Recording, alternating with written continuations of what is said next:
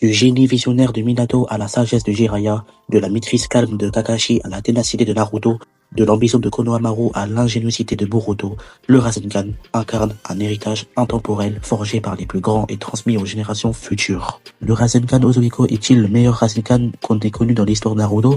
Si tu veux savoir ma réponse, reste bien jusqu'à la fin. Mais avant, on vise les 100K sur YouTube et les 10K sur TikTok. Donc like, abonne-toi, je compte sur toi, merci d'avance. Salam les Khay, mesdames et messieurs, c'est Wado qui est à Monaco est un peu remarqué dans Boruto Double Vortex. Boruto a créé son propre Rasengan qui se nomme le Rasengan Ozuiko. Qu'est-ce que c'est le Rasengan Ozuiko? C'est une variante unique du Rasengan développé par Boruto Uzumaki dans le manga Boruto Double Vortex. Cette technique combine le chakra personnel de l'utilisateur avec ce que Boruto appelle le chakra planétaire, une énergie générée par la force centrifuge résultant de la rotation et de l'orbite de la planète. En canalisant cette énergie, le Rasengan Ozuiko possède une puissance théoriquement illimitée. Pour préparer cette technique, l'utilisateur doit maintenir un contact avec le sol, permettant ainsi l'absorption directe du chakra planétaire par les pieds. La puissance et les effets de l'attaque dépendent de la quantité de chakra planétaire accumulé, proportionnel ou temps passé à le rassembler. L'avantage, c'est que ce Rasengan Ozuiko est très puissant dans le chakra planétaire et l'énergie générée par la rotation et l'orbite de la planète.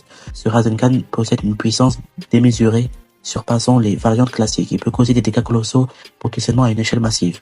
Aussi, il a une énergie illimitée.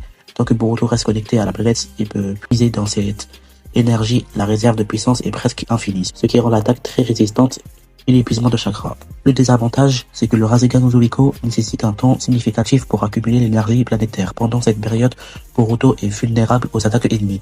Puis, la dépendance au contact avec le sol, la technique exige que Boruto soit en contact avec la Terre pour canaliser l'énergie planétaire.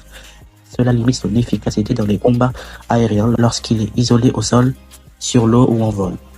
Puis la consommation de chakra. Bien que le chakra planétaire soit une source externe, Boruto doit utiliser une quantité importante de son propre chakra pour maintenir la technique et le stabiliser.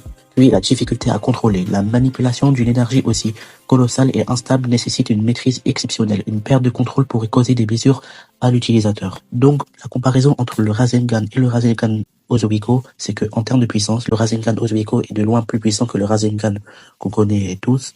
Donc en résumé, le Rasengan Ozuiko se concentre sur la puissance et le Rasengan qu'on connaît tous se concentre sur la rapidité, sur la simplicité et sur la pratique. Si tu es resté jusqu'à la fin, like, abonne-toi, ça me ferait extrêmement plaisir. C'était Wado, à bientôt, peace.